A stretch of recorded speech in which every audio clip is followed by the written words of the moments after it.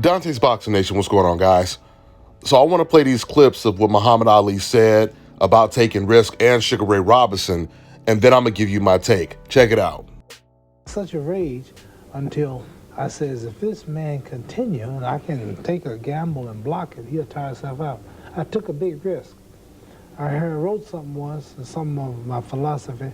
It says, he who is not courageous enough to take a risk will accomplish nothing in life. The astronauts took a risk. Columbus took a risk. The Wright brothers took a risk. I took many risks in the Vietnam War, my religion, name change. I took a lot of risks, but it made me who I am. So I took a risk that night. And he did tire himself out after the 8 rounds. Then I moved in, but they didn't want me to stand there, but I could see that he wasn't hurting me, and I could see that I could block most of them, and I knew that he would soon get tired. So they didn't see what I was doing, but I saw it. So I ignored what they said. I was joking. Sugar Ray Robinson was a nice-looking fellow and had his hair all waved, real pretty, and he would dance smooth. He would jab, he'd throw perfect punches, and he would dodge them pretty. Everything was perfect, slim, nice. Not fat like me, but was trim and nice. And just a beautiful boxer. He's ranked by everybody as pound for pound the greatest boxer ever lived. He was my influence. I liked the way he was dancing. And did you have the chance to speak with him and talk? I met him one time, but he didn't talk to me. I was the Olympic champion. I stopped at his bar in Harlem, in New York. He said, I'm Sugar Ray, I'm Cassius Clay, Olympic champ, next world champ. I'm soon be the greatest of all time. Won't you train me? He said, kid, I ain't got time. The bitch jumped in his car with 2 pretty girls and drove off. Wouldn't sign my autograph, and it really hurt me. That's why I sign autographs today and don't turn people down because I know how bad I felt. And you never had the chance to catch up with Sugar Ray later on when you became champ? Oh, I met him a couple of times. I see him now every so often, but I've outgrown him so, and I've become so much so-called better in boxing, but such a better record. He don't look like a giant no more. So even from the grave, the greatest Muhammad Ali, he continues to spit game, at least when it comes to spitting game to these fighters, when it comes to taking risk inside the ring and outside of the ring. You have a lot of black fighters that are willing to fight anyone. They're willing to take any kind of risk. Fighters like Devin Haney, fighters like Shakur Stevenson, fighters like Errol Spence and Terrence Crawford, regardless of how negotiations went. You don't negotiate with someone for 5 months because you don't want to fight. Now, when you don't want to fight, you may fake negotiate for maybe like 1 week or something like that, like Munguia did with Charlo. And honestly, I don't even think that reached real negotiation status. So that may not even count. I always tell you guys this, taking risk in the ring, it's not just about fighting every single person that's calling you out, but it's about at least fighting the majority of them, if not all of them. But if you are willing to fight all of them, that just shows your confidence is on a whole nother level. And that's who Devin Haney is today. Listen, we all know this deep down, regardless if you want to admit it or not.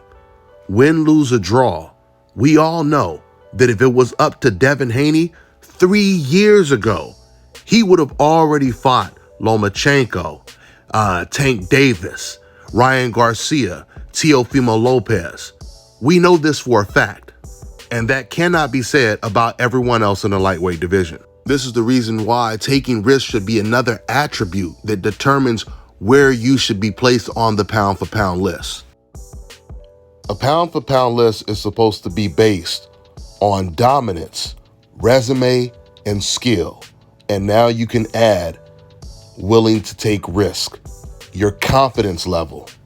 Do you truly believe that you're the best? Or do you just say it because it sounds good on camera? I've always said when it comes to Canelo Alvarez, if Canelo would have, let's say he would have ducked Andrade, but he fought Charlo, I'm talking about like 5, 6, 7, 8 years ago, it wouldn't look that bad for Canelo, right?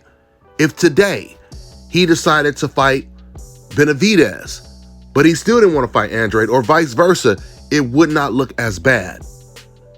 But he doesn't take risk unless he's forced to get in the ring with a dangerous opponent like he was when he had to fight Bivol.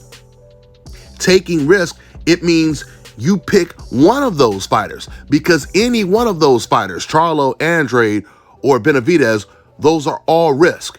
And you do it on your own. You do it without someone putting a gun to your head. and telling you this is the only way we're going to pay you is if you fight one of these guys that you don't want to fight, and then you end up losing to him. That doesn't count. Now, if you're forced to fight someone and you beat them convincingly, then that's a complete different story. Because we all know for a fact that if Errol Spence, Terrence Crawford, Devin Haney, Shakur Stevenson, if they were in Canelo Alvarez's shoes, they would have fought some of, if not all of those guys that Canelo Alvarez has been avoiding for like 8 years now. And I can guarantee you, when it comes to David Benavidez, most of them would be fighting to get David Benavidez first. Remember, I'm talking about if all of these guys were naturally fighting in the same weight class. I'm not talking about guys at smaller weight classes moving up. Now, going back to the pound for pound list, this is the reason why there are a lot of factors that determine if you're truly pound for pound the best or one of the best. For example, you can't have quote unquote a great resume without the dominance and skill factor. Canelo is a perfect example. He has all of these huge big names on his resume, but every time he fought the biggest and toughest challenges, he either lost to them or he won by controversy. Floyd Mayweather, he lost to him. Adesanya Lara fight and the first two Golovkin fights, when Golovkin was younger, all of those fights ended in controversy. So having all those big names, it doesn't really mean a whole lot if you did not dominate the opponents. Once again, I'm going to keep saying it. This is the reason why there are many factors that determines if someone is pound for pound number one or even top 10, one of the best in the world.